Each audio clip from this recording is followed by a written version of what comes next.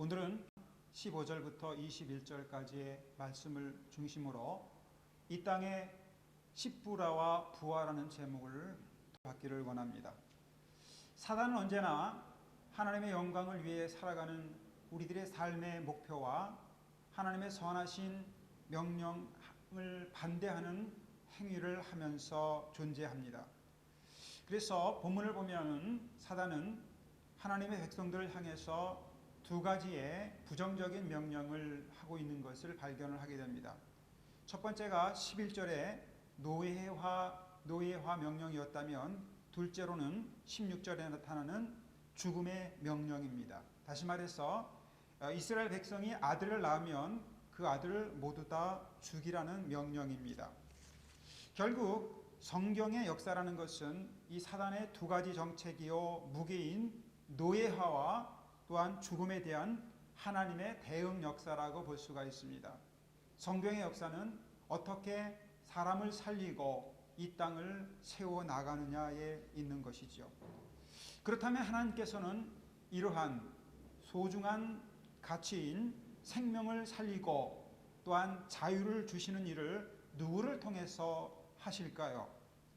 물론 하나님께서 직접 행하시기도 하지만 하나님의 군대인 이스라엘 백성을 통해서 영적인 전쟁을 수행하도록 하십니다. 오늘 본문에는 이러한 사단의 노예화와 또한 죽음의 정책에 맞서 하나님의 생명운동을 펼쳐나가는 하나님의 일꾼들이 등장을 하고 있습니다. 누구일까요? 15절에 보니까 그 사람들을 십부라와 부하라고 하는데 이 사람들은 히브리의 산파 여인들이었습니다. 자, 그들은 어떤 일을 행하고 있을까요? 17절을 보면은 이스라엘의 모든 남아들을 죽이라는 그러한 파라오의 명령에 불복해서 이스라엘의 모든 남자 아이들을 살려주는 역할을 감당을 하게 됩니다. 여기에 두 가지의 질문이 등장을 하게 되는데요. 첫 번째는 세상 권력에 대해서 성도가 명령을 받을 때 어떻게 반응을 해야 하느냐의 문제가 되겠죠. 로마서 13장 1절부터 2절에서는 권세에 대해서 복종하라고 말씀하십니다. 우리는 원칙적으로 세상 권세자들에게 복종을 해야 합니다. 왜냐하면 하나님께서는 이 땅이 양육 강식과 또한 무정부 상태에 놓이는 것을 방지하기 위해서 하나님의 대행자로 그들을 세우셨기 때문입니다. 그들은 악한 자를 벌하고 선한 자를 상을 주면서 세상 질서를 세우는 일에 하나님의 역할을 대행하는 자들이 되는 것입니다. 원칙적으로 그렇기 때문에 우리는 세상 권력자들의 지도에 따라야 할 것입니다. 그러나 사도행전 5장 29절에서 보여주고 있듯이 만약에 세상 권력자들이 하나님의 뜻을 거역하고 있다면 그들의 지도를 또한 그들의 권위를 따를 필요가 없다라고 말씀을 하고 있습니다. 산헤드린 공회가 당시 유다에 있어서는 최고의 권력기관이었지만 사도들은 그들의 뜻을 따르는 것을 원칙으로 여기지 아니하고 하나님의 법을 순종하는 것에 마음을 두었습니다. 자, 이 본문은 오늘날 우리가 시행하고 있는 시민 불복종 운동의 전형이라고 할 수가 있겠습니다.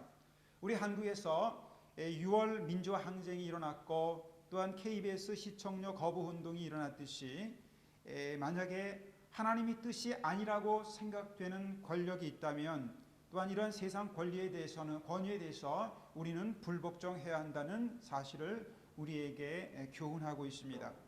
자, 이러한 행동이 왜 정당하겠습니까? 17절 말씀을 보면은 그들이 파라오보다는 오히려 하나님을 두려워했기 때문이다라고 이야기를 하고 있습니다. 성도들의 삶이라는 것은 무엇이 하나님의 권위 있는 말씀이고 우리를 생명 현상에 초대하는 하나님의 음성인지를 분별하고 그것을 따라하는 데 우리의 믿음의 길이 있다고 보면 되겠습니다. 두 번째 질문은 두 사람이 거짓말을 했는데 성도가 과연 거짓말을 해도 되느냐 하는 문제가 19절에 나와 있습니다. 19절에 보니까 산파가 바로에게 대답하되 히브리 여인은 애굽 여인과 같지 아니하고 건장하여 산파가 그들에게 이르기 전에 해산하였더라 하매. 사실 이 말은 진실이 아니라 거짓이었습니다. 그러나 이번 경우에는 이것을 거짓말이라고 보기보다는 사단 앞에서 지혜롭게 대처한 행동이라고 볼 수가 있겠습니다. 왜냐하면 사단은 원래 거짓의 아비이기 때문에 진리를 받을 가치가 없는 자이기 때문입니다. 뿐만 아닙니다. 십부라와 부하의 행동은 자기의 유익을 구하기 위해서 거짓말을 한 것이 아니라 목숨을 걸고 다른 사람의 생명을 살리려 했던 생명현상이었기 때문입니다. 하늘에 속한 사람이라는 책 중에서 윈 형제가 공산당에게 잡히는 광경이 나옵니다.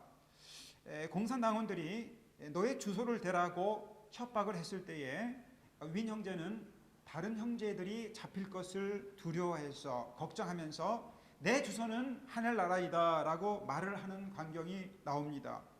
그것이 사실은 아니었고 또한 그 일로 인해서 고문을 받았지만은 윈 형제는 다른 성도들을 보호하는 용기 있는 행동을 했던 것을 볼 수가 있습니다.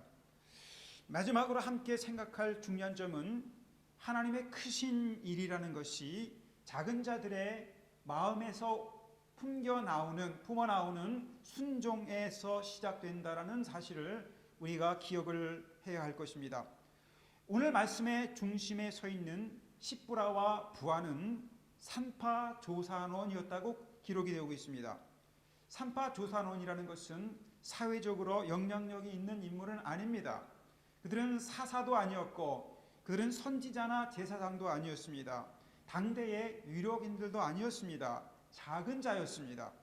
그러나 만약에 그들이 하나님의 명령보다는 바로의 명령을 두려워했다면 아마 그 이후에 탄생하는 영적 용사였던 60만 3,500명의 그러한 영적 용사들이 나타나지 않았을 것입니다.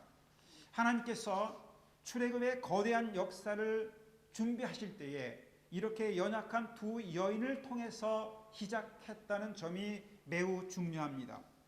물론 우리는 요셉을 중요하게 생각하고 또한 모세도 중요하다고 여기고 있지만은 그 모세를 가능하게 했던 것은 이 두 작은 여인의 믿음과 순종이었다는 점을 기억합니다.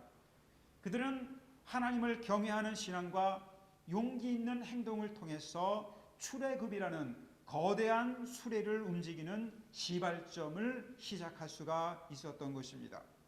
예수님의 복음 사역도 마찬가지 아니었습니까? 불완전한 11명의 제자들과 학자였던 바울에서 시작되었던 이 복음이 로마를 정복하고 세계를 정복하는 능력으로 나타날 수 있었던 것은 그 당시에 적은 자들의 하나님을 향한 진심 어린 순종이었기 때문입니다. 오늘날 우리가 할 수 있는 십부라와 그리고 부하의 역할이 무엇일까요? 우리는 정말로 작은 자일 수밖에 없습니다. 그러나 우리 가운데서 하나님을 두려워하고 하나님을 경외하고 또한 순종하는 삶, 그리함으로 인해서 우리의 작은 순종에 드릴 수 있다면 우리는 하나님의 역사하신 가운데 나타나는 왕성케 하시는 은혜를 체험하면서 이 땅에 생명 현상을 일으키시는 하나님의 사역에 동참할 수가 있는 것입니다. 부디 하나님의 통치를 거역하면서 살아가는 오늘날의 세대 속에서 우리 자신이 이 땅의 작은 자인, 작은 믿음의 사람인 십부라와 부하로 살아감으로 인해서 하나님의 생명 현상이 이 땅에 전파되는데 일익을 담당하는 귀한 저희들이 되기를 소망합니다.